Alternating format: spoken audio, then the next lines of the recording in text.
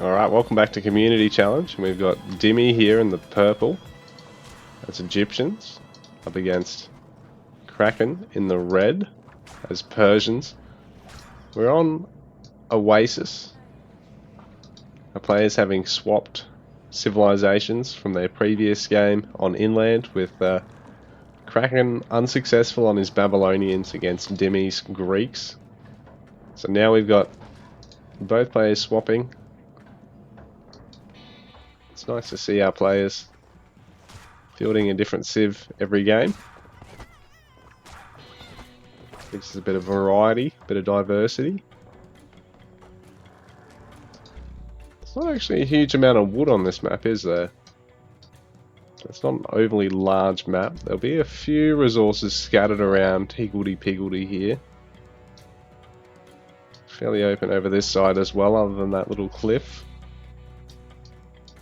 Players will be encouraged to move towards this central pond here, just given how much food is in the water there with all that fish. So 4 skills, 4,000 food.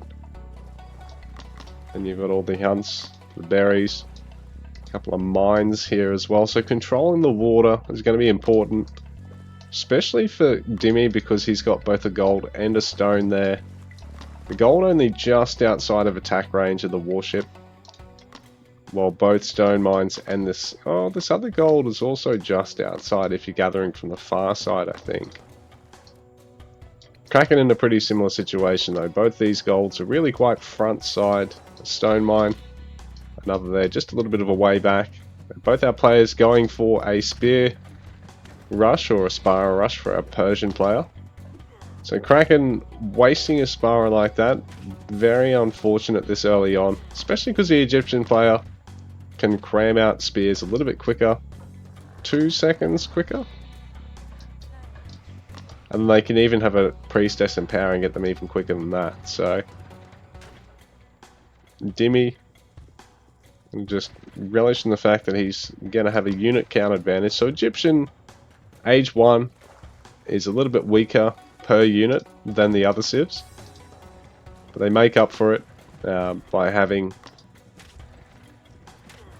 just that sheer mass of units, and they are quite cheap. So Spara are 50 resources, the Egyptian spears are 45, and Spara aren't the most expensive age 1 unit by any means. Like Roman spears 60, and I think Greek spears and Norse spears are 55 resources in terms of value. So both these civs don't have a very expensive per unit cost to their age 1. So it is quite easy for them to sustain large numbers like this. Like if you've got Greek or Roman or Norse players fighting with 10 spears in age 1, that's a huge commitment compared to these guys or Celts doing it.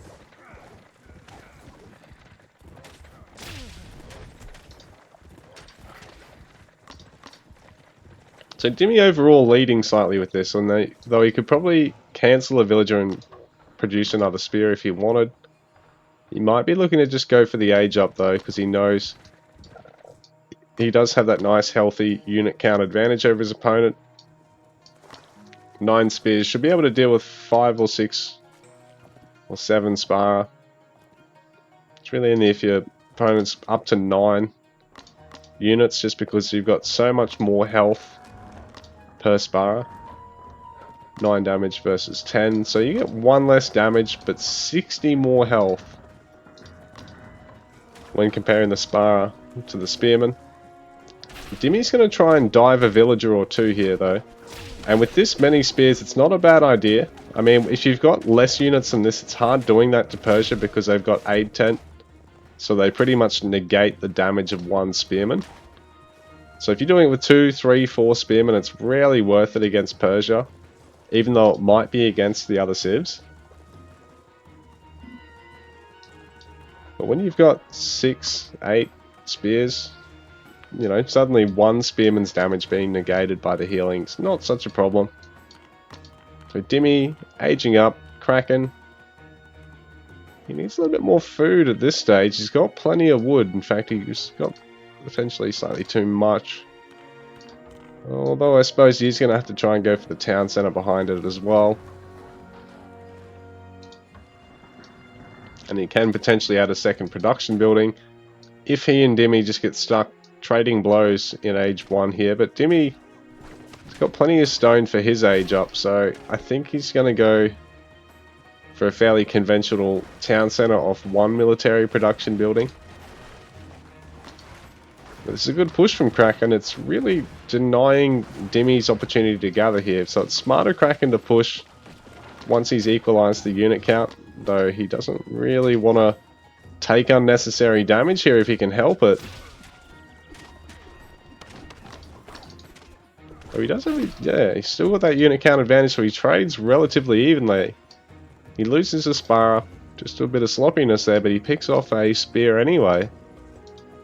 So quite smart gameplay there by Kraken. Age up on the way. Dimi going for a pretty greedy second TC.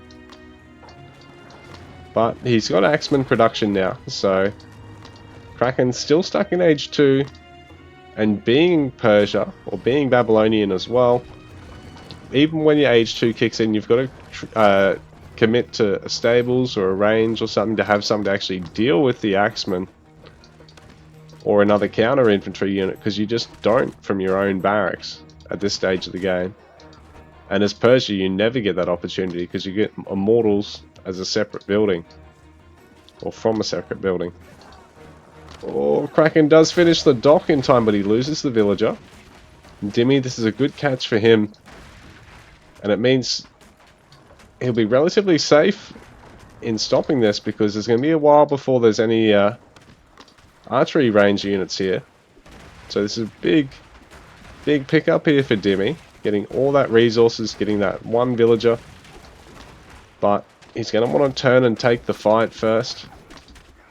Actually got his first slinger here, but probably doesn't even need it yet.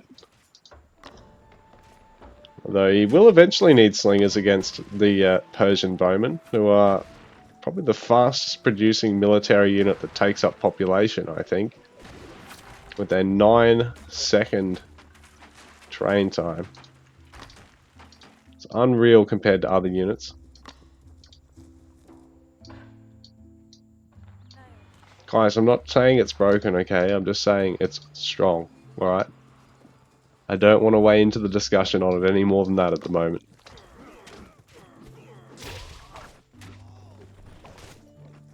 So Kraken, 29 vills to 31 of Dimi. Dimi having sniped a couple of vills at this point. Because Kraken's macro has actually been fine here. Although Dimi, although it makes the fight worse, he's actually focusing down the villagers if he can.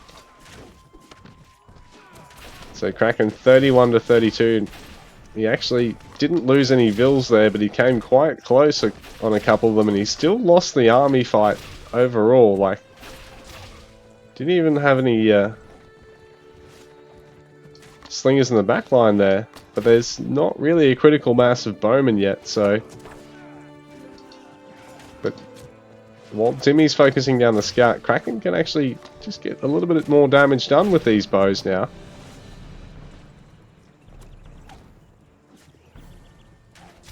Dimi is adding a couple of slingers now.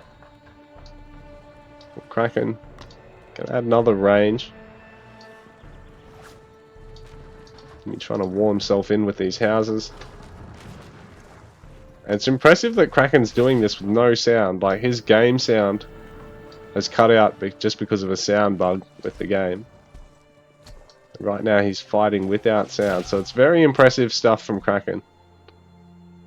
Picks up another slinger there, so Dimi's got a bit of a lead over him at the moment. Kraken in fact needs to get that villager production going again.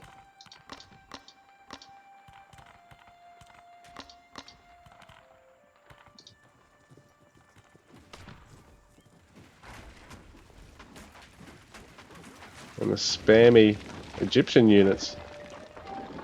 Okay, I take back what I said about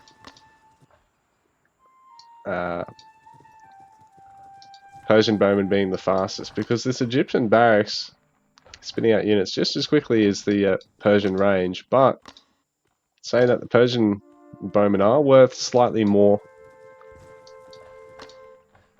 than the slingers, worth as much as the axemen.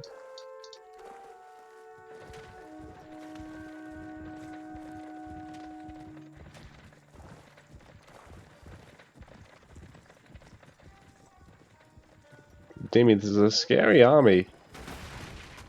He's already up to over 50 military. Oh, 60 military. Oh, I suppose he's got a lot of it in the queue. So he's up to about 50 military pop at the moment. Actually, not even that much. How much have you got in the queue there, man? Kraken, much smaller force here, but good unit control from him. He's not overstaying his welcome with the micro here. Dimi now is bringing his slingers forward, trying to focus down those bows. The bows, in the meanwhile, trying to focus down the axemen.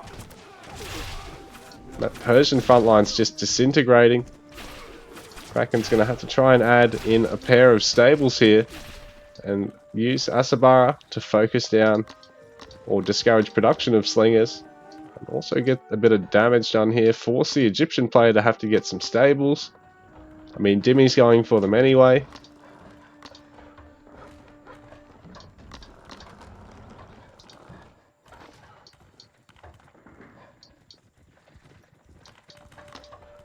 Sabolian training manual. Is that from doing the quest line? Good on you, Dimi. You PvE'er. Kraken's got a bit of a ragtag bunch of gear here. But that's okay. We don't judge. Level 28?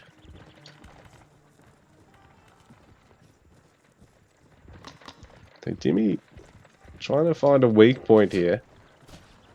If he can interrupt house production, if he can kill a bunch of gold gatherers, if he can do something like that, it can really rain on his opponent's day here. But this isn't the greatest comp for trying to dive into bases with at the end of the day, like slingers in particular.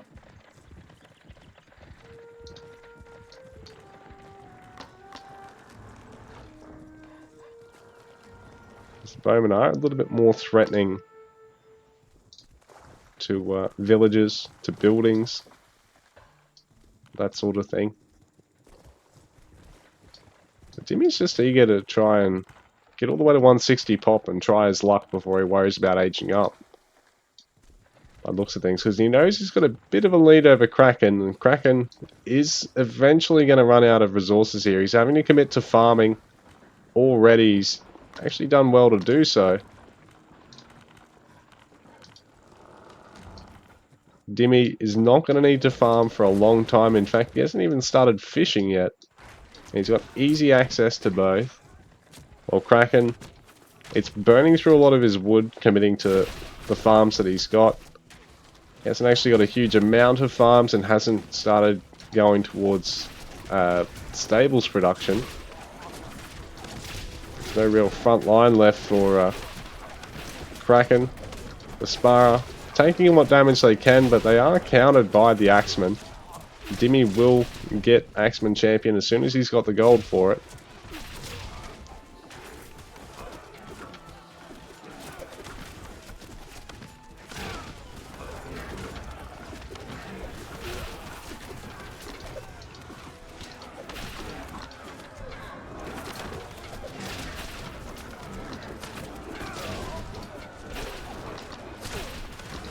The priestess said actually managed to convert a bowman then, only for the bowman to end up attacking the Persian units anyway. So those priests are set, they only actually chaos units, they don't convert them to your side, so sometimes it really is quite inconsequential, the value that they bring to a fight.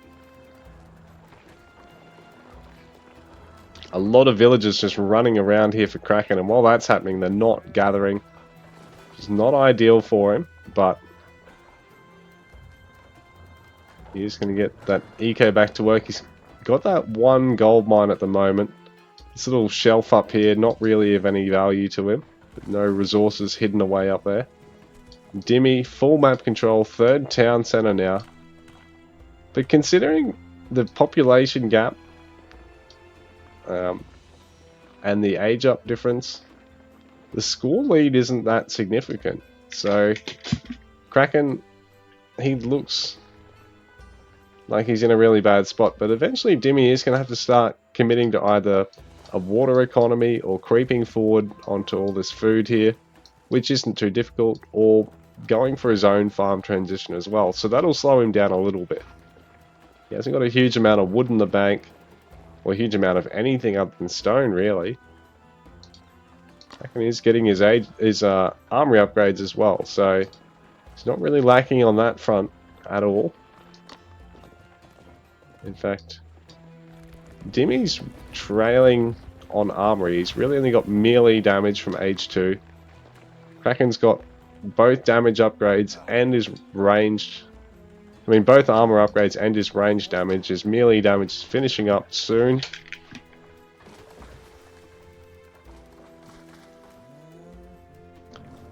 And everything is really quite tight-knit here. Like, there's no real weak point other than the skull mine. The wood line's sort of protected from the cliff and from the trees themselves. The Kraken is going to have to shift over here, or over here for some wood very soon. And Dimi is just preparing to make that late age 3 push now.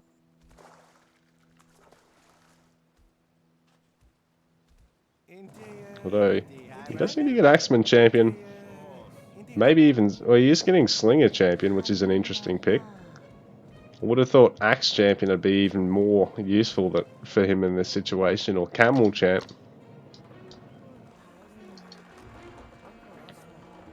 Although it does give him a bit of armor and a bit more range, so it does make it a little bit easier to pick off the villagers, or give you a bit more staying power under all of this ranged damage that Kraken's going to have at home. Like, Kraken's really started to close the score lead here. Quite impressive. Though Dimi is going to start getting age 3 upgrades kicking in, and they are a little bit costly, but they are worth an awful lot. 42 bowmen there for Kraken, so Dimi's front line, well, it's not a huge amount of infantry really, but the camels, well, there we go. We are getting camel champion, so it gives them a bonus against the range, gives them a bit more health, and I think ranged armor, is it?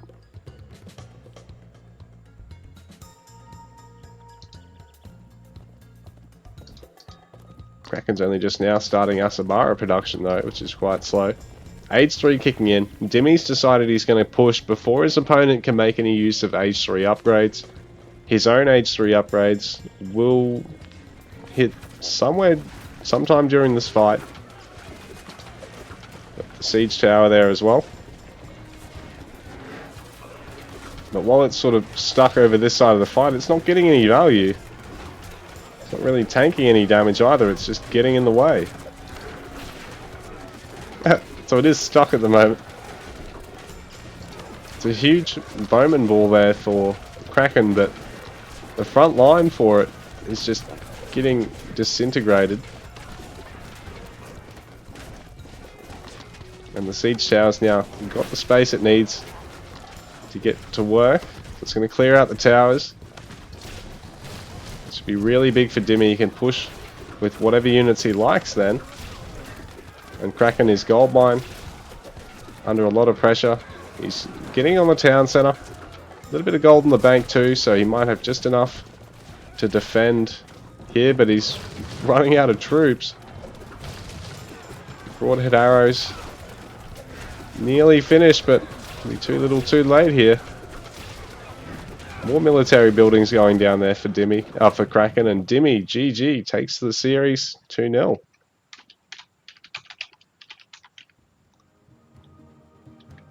So, well played to Dimi, and well played to Kraken as well. Actually really managed to close the gap just about there before that final push, so Dimi, he did well not to delay too long, I think. He just put his opponent under a lot of pressure. Kraken still had a little bit in the bank as well, so he possibly could have just made use of another couple of quicker buildings. But yeah, that sound bug would have made it tough as well, so Kraken putting up a great fight, even though he couldn't actually hear anything in game 2 there. But that's all we've got for the day, guys. I'm afraid I did make plans because we didn't get any sign-ups for the games after this one.